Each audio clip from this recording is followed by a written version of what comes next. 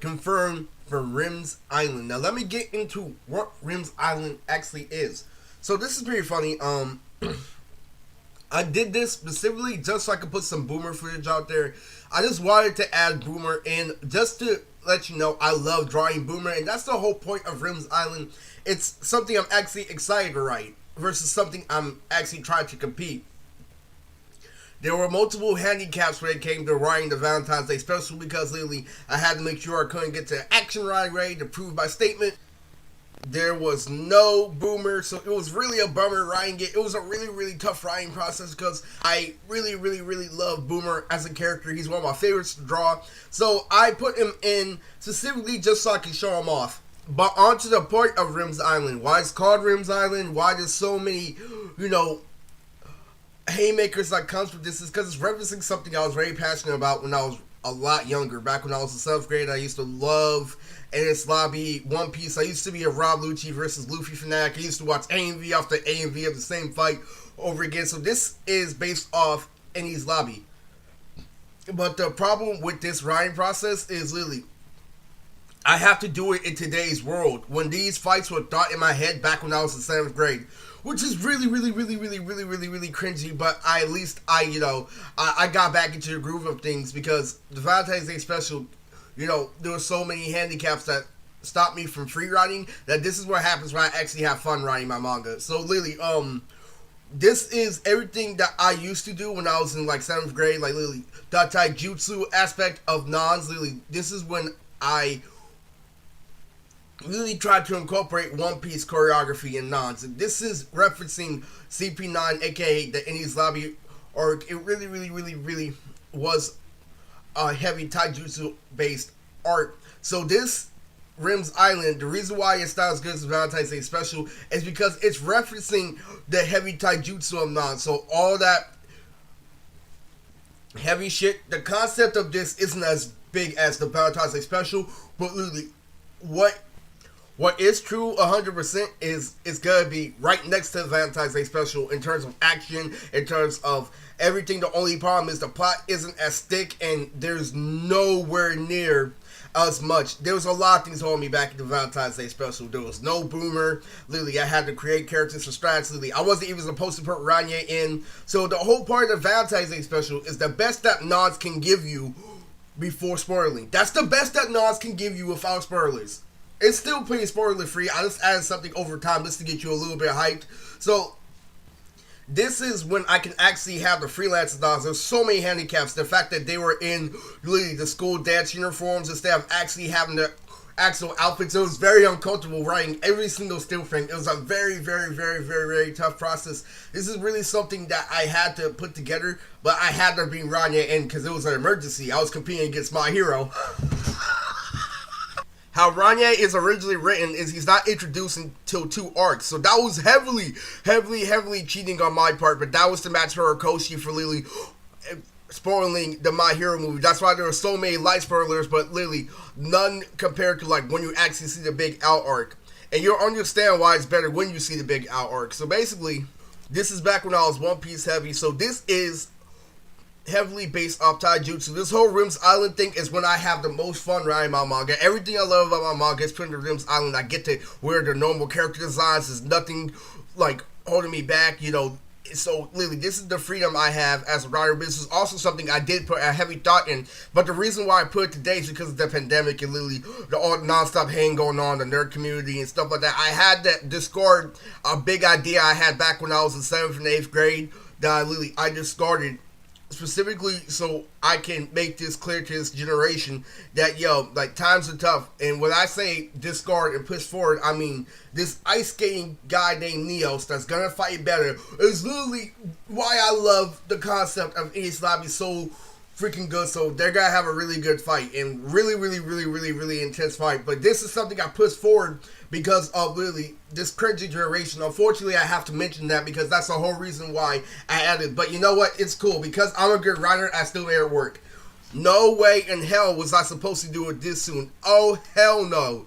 this was supposed to be a special that was literally supposed to be held back for a couple of arcs. That's why they are like literally they are stronger, than what I've stated so far. But it's miscellaneous. That's the whole point of these non-specials, is to give you content without spoiling. So it really is literally one of the best things. So what I did is I added something that you guys didn't see before in order for you guys to recognize that I'm doing my best, but at the same time, I can't reveal too much.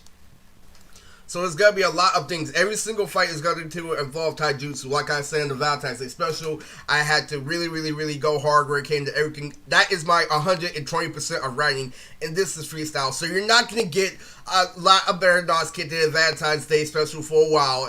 That's just the truth, because really, that was 120%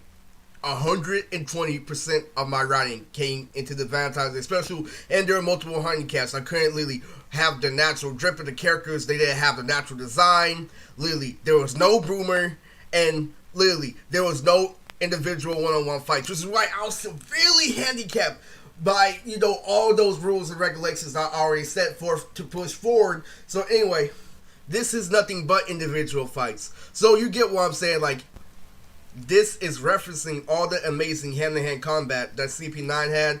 It's really, really, really, looking good so far. But at the same time, I just wanted to put it out there, like, a whole bunch of shit. Not even Boomer was supposed to put in it, but I put a whole bunch of extra shit, just to let you guys understand that I really am, going out in this. So far, so good, I'm adding a little bit of, like gang stalking elements to it just to keep up to date with modern times, but it doesn't take away to actual masterpiece, and that's why I asked so much. So what is Rims Island about? Why did I call it Rims Island? Rims Island is referencing why Nons is made, was specifically aimed to be back when anime was at its prime, back when Naruto Shippuden was on the air, back when One Piece, because that's what inspired Nons, was the play-by-play of me watching One Piece and Naruto. So basically, this was made to be back in, early 2007, 2013 at most, really. So basically, and this was specifically made to be all the way back in 7th grade, but I reamped it in order to match the current day times. So, there's some references in there, from some real life shit that we all know that I have gone through. So, like, there's a whole bunch of other stuff that I put in there. So, yeah, I'm doing that to keep up to date with modern times, but that's why it's called Rims Island. The whole thing about, like, nerds hanging on me and the relationship against the girls that really, really, really are very cool to me. Like, that's why I added so many elements, just to keep up to date with modern times. It's kind of like a newsletter, but I added it to Nas, like, what's going up to date with my girlfriends and everything. That's why I called it Rims Island, because of that. But why did I do that? It's not in the form of disrespect. It's to let you know that we live in a disgusting generation, and I still made it look anime. That's the whole point of Rims Island, is everything that's wrong about today, knowing that Nas was made in a better world. Nas was made back when the world was a lot better, and the world became a whole lot more cringy, a whole lot less soul. So this is me just adding the elements of what Nas used to be back in the day and bringing it forth to this current generation. So that is why it is called Rims Island, in order to give the feel of Lily, the disgustingness of the generation, but why I'm not willing, to give up on them, but why I'm still producing wonderful content, but I'm still putting my soul into this individual special. I was saving this for so long, so let me put it like this. Neos, the ice skater that's about to fight Bella, is literally someone I made in 8th grade, but it was a 7th grade playout, because in 7th grade, I thought of something on Neos level. So Neos is epic for salary for what you get in the Big Al. That idea alone is going to give you a big, big epic for salary for the Big Al arc. A lot of great ideas like that. So I'm just letting you stay tuned for that. So basically, Neos is an example of my 7th grade power. So Neos is the guy who fights better. So Neos, honestly, I can say, was obviously somebody I made back in 7th grade. And today, Lelouch, somebody when I actually got better at writing, where I actually experienced more life, with somebody who I made in this current time. So that's why I had to mix it. So this is the writing process. So, but other than that, it's freestyle, because it was in the same formula of me back when I was watching Alabasta and shit like that.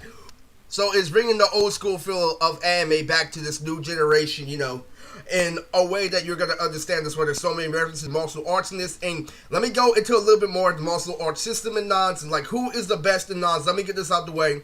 So Tito is the best hands-on in Nons. I can't really say about better in his hand-to-hand combat, because that's a part of his character. He doesn't fight with his hands, he fights with his board. So that's what makes him really, really, really, really, really, really unique. So Also, Kido has excessive hand-to-hand combat. Kido is the guy who makes spitwad bombs, who literally has paper airplanes. You know, sometimes he controls little remote control cars. His power is to control kids' weapons, but he uses them as weapons of mass destruction. But Kido also knows a lot about Kung Fu. He doesn't train in Kung Fu, but he's not too good. Like, he's the one who does the most backflips. He's the one who does this and that. He may be a little kid, but damn, he knows how to throw down when it comes to Kung Fu.